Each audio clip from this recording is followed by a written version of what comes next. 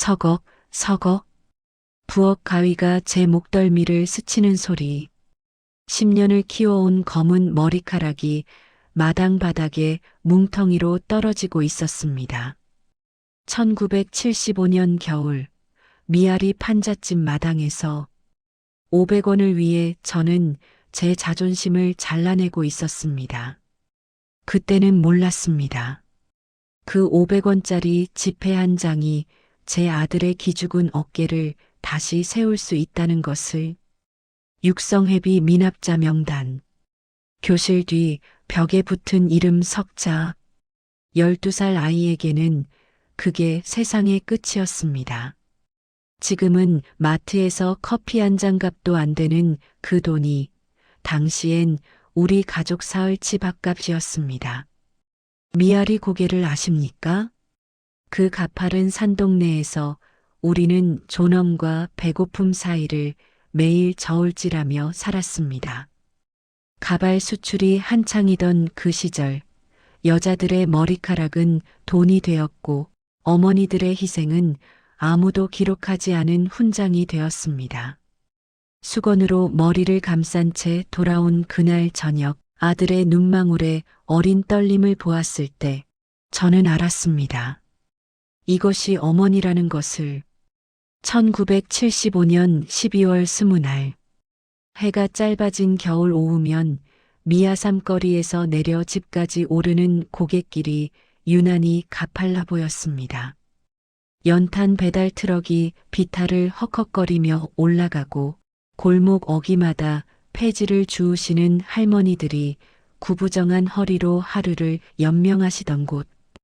판잣집 지붕 위로 매캐한 연탄가스가 피어오르면 그게 바로 저녁 준비가 시작됐다는 신호였지요. 제 집은 고갯길 끝자락 가장 높은 곳에 붙어 있었습니다. 거기서 내려다보는 서울 시내의 불빛은 아름다웠지만 그 빛은 결코 우리 것이 아니었습니다. 28배 저는 그때 이미 늙어가고 있었습니다. 남편은 청계천 철공소에서 용접 일을 했지만 일감이 들쭉날쭉했고 12살 아들 하나와 9살 딸 하나를 키우는 게 전쟁이었습니다. 아침이면 연탄재를 털어내고 김이 모락모락 나는 된장찌개에 보리밥을 말아 아이들을 학교에 보냈습니다. 그러고 나면 동네 부잣집 빨래를 받아다가 손이 트도록 삶아내고 다림질을 해서 푼돈을 벌었지요. 손등에 붉은 동상이 돋아나고 손가락 마디마디가 갈라져도 물에 손을 담가야 했습니다. 그게 제 일이었으니까요. 저녁 때가 되면 아궁이에 연탄을 갈아 끼우고 무와 배추를 썰어 국을 끓였습니다. 고기는 명절에나 볼 수 있었고 생선이라도 한 토막 올라오는 날이면 그게 잔칫날이었습니다. 그렇게 하루하루를 근근히 버티며 살았지만 우리에겐 희망이 있었습니다. 아이들만큼은 배우게 하자는 것, 그것 하나만은 포기할 수 없었습니다. 남편도 저도 글을 제대로 배우지 못한 세대였기에 아이들만큼은 다르게 살기를 바랐던 겁니다. 하지만 그 희망에도 값이 있었습니다. 그게 바로 육성회비였습니다. 그런데 그날 아들이 학교에서 돌아온 모습이 평소와 달랐습니다. 대문을 열고 들어서는 아들의 발소리가 평소보다 무거웠습니다. 보통 때 같으면 가방을 마루에 던지고 부엌으로 달려와 시장기를 달랠 텐데 그날은 신발장 앞에서 멈춰 섰습니다. 저는 다듬이질하던 손을 멈추고 방문을 열었습니다. 아들은 고개를 푹 숙인 채 가방 끈을 움켜쥐고 있었습니다. 하얗게 질린 손등의 핏줄이 푸르게 드러나 보였습니다. 엄마라고 부르는 목소리가 잠겨 있었습니다. 저는 그 순간 알았습니다. 또 육성회비 때문이구나. 아들의 담임 선생님은 엄격하기로 소문난 분이었습니다. 매달 초가 되면 교실 뒷벽에 미납자 명단을 크게 써붙이는 분이었지요. 당시 기성회비에서 이름이 바뀐 육성회비는 한 달에 500원. 지금 생각하면 참 적은 돈 같지만 그때 우리에게는 거금이었습니다. 가방에서 구겨진 가정통신문을 꺼내는 아들의 손이 떨리고 있었습니다. 육성회비 독촉장이었습니다. 석 달째 밀린 금액이 1,500원. 빨간 글씨로 적힌 독촉 문구가 눈에 박혔습니다. 이번 주 금요일까지 미납씨 학부모 면담 요청. 아들은 말없이 통신문을 제게 건넸고 저는 그걸 받아들고도 한참을 말을 잇지 못했습니다. 아들의 눈가가 붉어져 있었습니다. 울지는 않았지만 참아낸 눈물의 무게가 느껴졌습니다. 반 아이들 앞에서 이름이 불리는 게 얼마나 수치스러웠을까요? 급식비를 내지 못해 배식줄에서 빠져야 했던 날들, 소풍날 도시락을 싸오지 못해 교실에 혼자 남았던 기억들이 겹쳐졌을 겁니다. 12살 아이가 감당하기엔 너무 무거운 가난이었습니다. 저는 아들의 머리를 쓰다듬으며 걱정 말라고 엄마가 어떻게든 마련하마 했습니다. 하지만 그 말이 나오는 순간 제 목소리도 떨리고 있었습니다. 어디서 어떻게 그 돈을 구한다는 말인가요? 남편의 이번 달 품삯은 이미 쌀값과 연탄값으로 다 나갔고 제가 빨래에서 번 돈은 전기세를 내고 나면 남는 게 없었습니다. 그날 밤 텅 빈 쌀독을 들여다보며 저는 결심했습니다. 부엌 선반이 쌀독 뚜껑을 열었을 때의 그 허망함을 어떻게 설명해야 할까요? 바닥에 뉘가 섞인 보리쌀 한 줌이 굴러다닐 뿐이었습니다. 내일 아침 밥은 어떻게 지어야 하나? 아이들 도시락은 또 어떻게 싸야 하나? 머릿속이 하얘지며 계산이 시작됐습니다.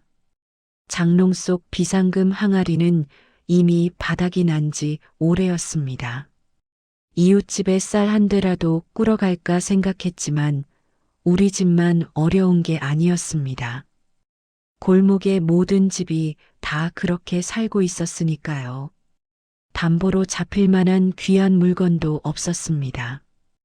혼수로 가져온 이불은 오래돼서 솜이 다 빠져나갔고 녹그릇은 몇 년 전에 이미 전당포에 맡겼다가 찾지 못한 채 날아갔습니다. 당시 자장면 한 그릇이 150원 하던 시절입니다. 500원이면 자장면 3그릇 반.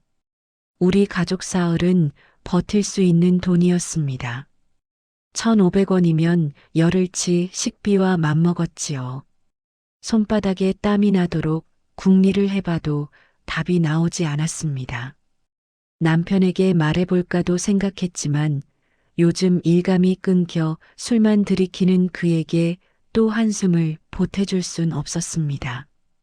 그는 가장으로서 자식들 학비 하나 제때 못 대주는 자신을 이미 한심하게 여기고 있었으니까요. 밤이 깊어갈수록 제 가슴속에선 무언가가 조여왔습니다. 아들의 기죽은 얼굴이 자꾸만 눈앞에 어른거렸습니다. 내일 또 학교에 가면 선생님께 혼이 날 겁니다. 친구들 앞에서 창피를 당할 겁니다. 그 수치심이 아이의 마음에 어떤 상처로 남을까요? 가난은 죄가 아니라지만 가난 때문에 아이가 고개를 들지 못하는 건 죄였습니다. 그건 부모인 제 죄였습니다. 새벽녘 뜬 눈으로 밤을 지새우던 저는 문득 창밖에서 들려오는 소리에 귀를 기울였습니다. 머리카락 사오. 긴 머리카락 있으면 비싸게 사오.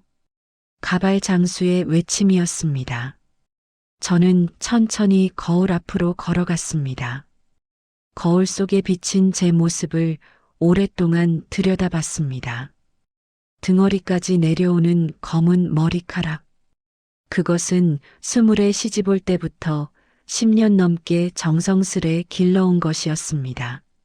아침마다 찬빗으로 100번씩 빗어내고 동백 기름을 발라 윤기를 냈습니다. 가난해도 머리만큼은 풍성하게 기르고 싶었습니다. 그게 제게 남은 유일한 사치였고 아직 제가 여자로서 가진 자존심이었습니다. 당시 한국은 가발 수출로 외화를 벌어들이던 시대였습니다. 청계천 평화시장 일대에는 가발 공장들이 즐비했고 여공들이 밤낮으로 가발을 만들어 미국과 유럽으로 수출했지요. 그 가발의 원료가 바로 우리네 여자들의 머리카락이었습니다. 긴 머리를 가진 여자들은 돈이 필요할 때마다 머리카락을 잘라 팔았습니다. 길이와 질에 따라 가격이 매겨졌는데 제 머리카락 정도면 500원에서 800원 정도를 받을 수 있었습니다. 저는 서랍에서 붉은 고무줄을 꺼내 머리카락을 하나로 묶었습니다. 거울 속 여자의 눈에 눈물이 고였습니다. 이 머리를 자르면 저는 무엇으로 제 여자로서의 모습을 지킬 수 있을까요? 동네 아주머니들 사이에서도 머리 긴 집 막내 며느리로 불리며 부러움을 샀던 그 머리카락. 남편이 힘든 하루를 마치고 돌아와 제 머리를 쓰다듬을 때면 피로가 풀린다고 했던 그 머리카락. 하지만 지금 제게 필요한 건 자존심이 아니라 500원이었습니다. 아들의 펴진 어깨가 더 중요했습니다. 저는 부엌으로 가서 가장 잘 드는 가위를 꺼내 들었습니다. 그리고 마당으로 나갔습니다. 12월의 차가운 바람이 목덜미를 스쳤습니다. 하늘은 잿빛이었고 골목은 고요했습니다. 저는 고무줄로 묶은 머리카락을 한 손으로 움켜쥐고 다른 손에 든 가위를 목덜미에 가져다 댔습니다. 서걱 하는 소리와 함께 제 10년이 잘려나가기 시작했습니다. 서걱, 서걱. 가위가 머리카락을 자를 때마다 나는 그 소리가 마치 제 인생을 자르는 소리처럼 들렸습니다. 목덜미에 닿는 차가운 쇳소리, 그 서늘함이 등골을 타고 내려왔습니다. 한 번, 두 번, 세 번. 가위질을 할 때마다 검은 머리카락 뭉치가 마당 바닥으로 툭툭 떨어졌습니다.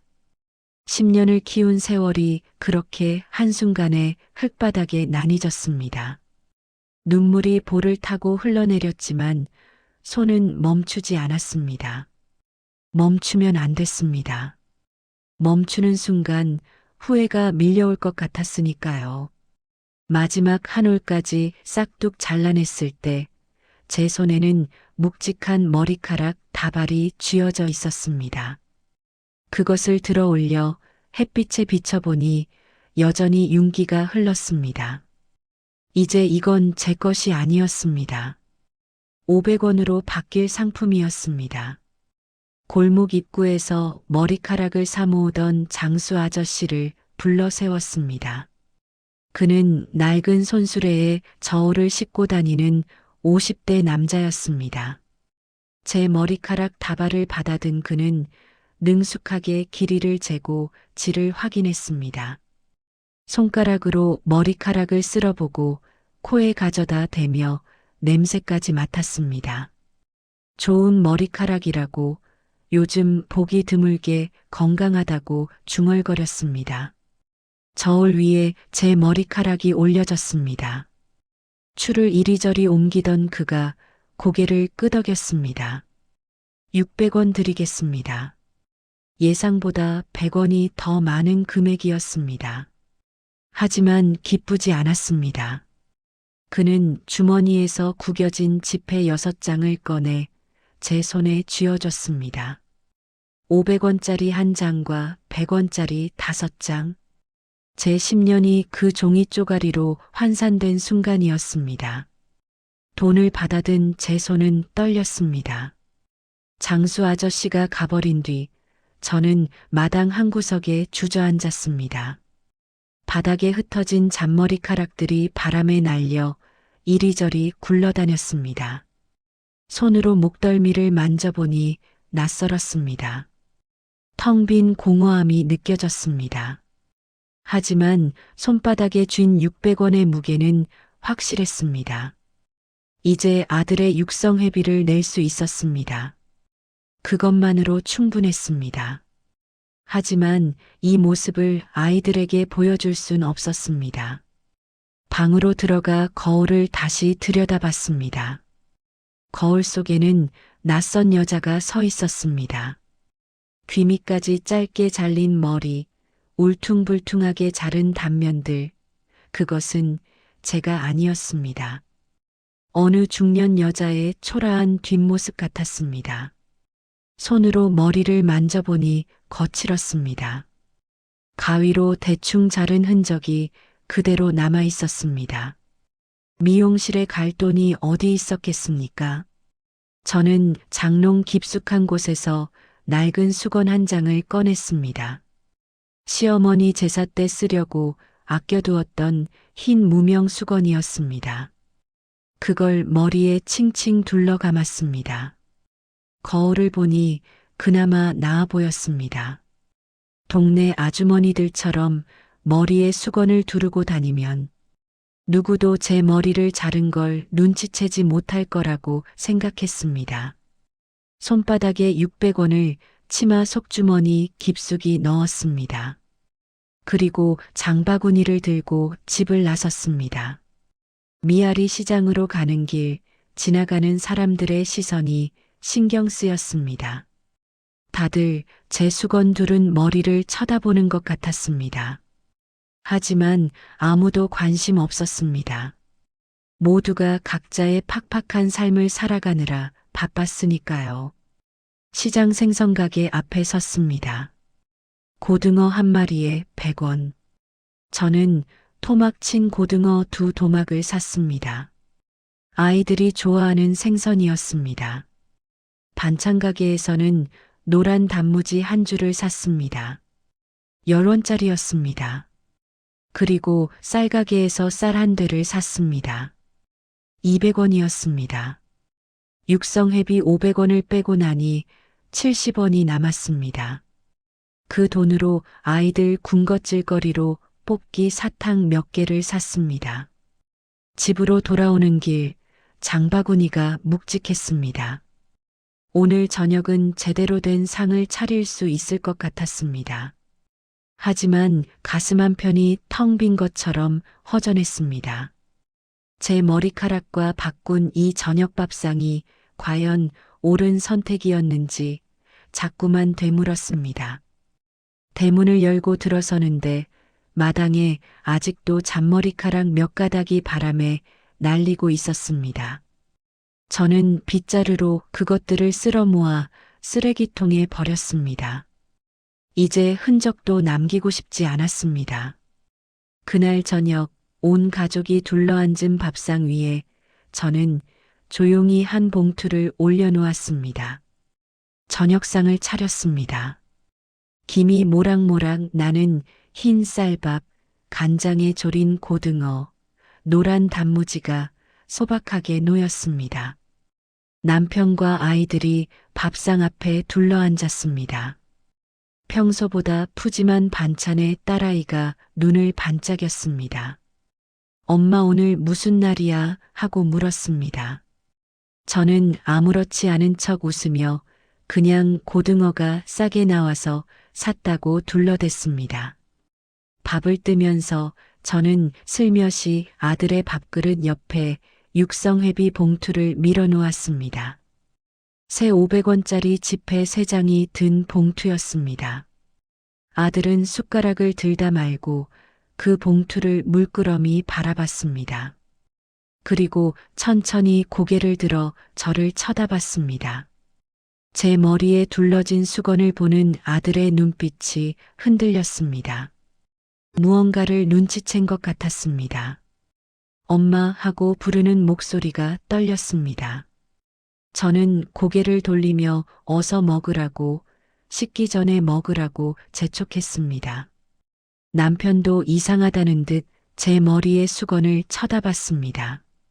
여보 머리를 왜 그렇게 하고 묻는 남편에게 저는 파마를 잘못해서 가리는 거라고 얼버무렸습니다.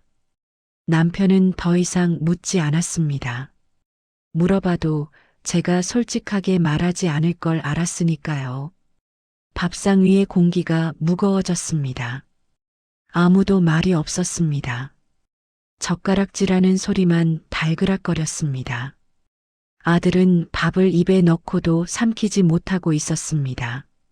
눈시울이 붉어지더니 눈물이 뚝 떨어졌습니다. 밥그릇 위로 떨어진 눈물이 밥알을 적셨습니다.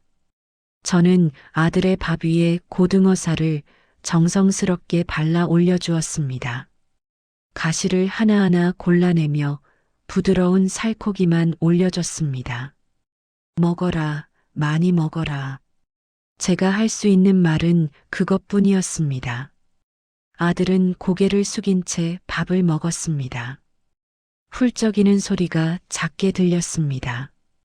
딸아이도 분위기를 눈치챘는지 조용히 밥만 먹었습니다. 남편은 한숨을 쉬며 술잔을 비웠습니다. 그날 저녁 밥상은 제 생애 가장 슬픈 식사였습니다. 맛있는 반찬들이 차려졌지만 아무도 그 맛을 제대로 느끼지 못했습니다. 다만 우리는 알고 있었습니다. 이 밥상이 얼마나 큰 희생으로 차려진 것인지를. 그날 밤 아들은 제 방문 앞에서 한참을 서성이다가 작은 목소리로 말했습니다. 엄마, 고맙습니다. 문틈 사이로 들려온 아들의 목소리였습니다. 저는 이불을 뒤집어 쓴 채 대답하지 못했습니다. 대답하면 눈물이 터질 것 같았으니까요. 아들의 발소리가 멀어지고 집안이 고요해졌습니다. 어둠 속에서 저는 목덜미를 만졌습니다.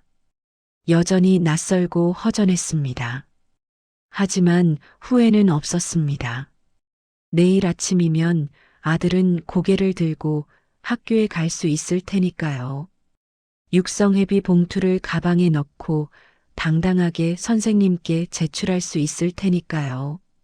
그것만으로도 충분했습니다. 그로부터 50년이 흘렀습니다. 이제 저는 78배 노인이 되었습니다. 그때 12살이던 아들은 이제 60이 넘은 중년이 되어 손자들을 키우고 있습니다. 미아리 고개의 판잣집들은 모두 사라지고 그곳엔 아파트가 들어섰습니다. 연탄가스 냄새도 좁은 골목길도 가발 장수의 외침도 이제는 기억 속에만 남아 있습니다. 하지만 그때의 아픔은 잊혀지지 않습니다. 500원 때문에 머리카락을 잘라야 했던 그 절박함, 자식의 길을 살리기 위해 자존심을 버려야 했던 그 처절함. 그것이 우리 세대 어머니들이 살아온 방식이었습니다. 지금의 젊은 세대는 이해하지 못할 겁니다. 육성회비가 뭔지도, 가발 수출이 뭔지도, 미아리 판잣집이 어떤 곳이었는지도 모를 겁니다. 하지만 괜찮습니다. 그들이 그런 가난을 겪지 않아도 되는 세상이 된 것이 우리가 견뎌낸 이유니까요. 우리는 그렇게 각자의 고개를 넘었습니다. 추운 겨울 미아리 고개를 헉헉거리며 올랐던 것처럼 인생의 가파른 고개들을 하나씩 넘어왔습니다. 때론 머리카락을 잘라야 했고, 때론 자존심을 버려야 했고, 때론 눈물을 삼켜야 했습니다. 하지만 우리는 버텼습니다. 자식들만큼은 우리보다 나은 삶을 살게 하려는 그 한 가지 희망으로 버텼습니다. 그리고 우리는 해냈습니다. 이제 제 머리카락은 하얗게 새었습니다. 길게 기를 힘도 없고 기를 이유도 없습니다. 하지만 가끔 머리를 빗을 때면 그날이 떠오릅니다. 마당에서 가위를 들고 서걱서걱 제 머리를 자르던 그 겨울날. 그것은 제 인생에서 가장 슬픈 날이자 가장 자랑스러운 날이었습니다. 왜냐하면 그날 저는 진짜 어머니가 되었으니까요. 희생이 사랑이라는 걸, 그리고 그 사랑이 얼마나 무거운 것인지 온몸으로 깨달았으니까요. 미아리 고개는 이제 없습니다. 하지만 우리 가슴 속에는 여전히 그 고개가 남아 있습니다. 우리가 함께 넘었던, 우리를 단단하게 만들어준 우리의 자랑스러운 고개로 말입니다. 1975년 겨울, 미아리 고개에서 우리 어머니들은 그렇게 사랑했습니다.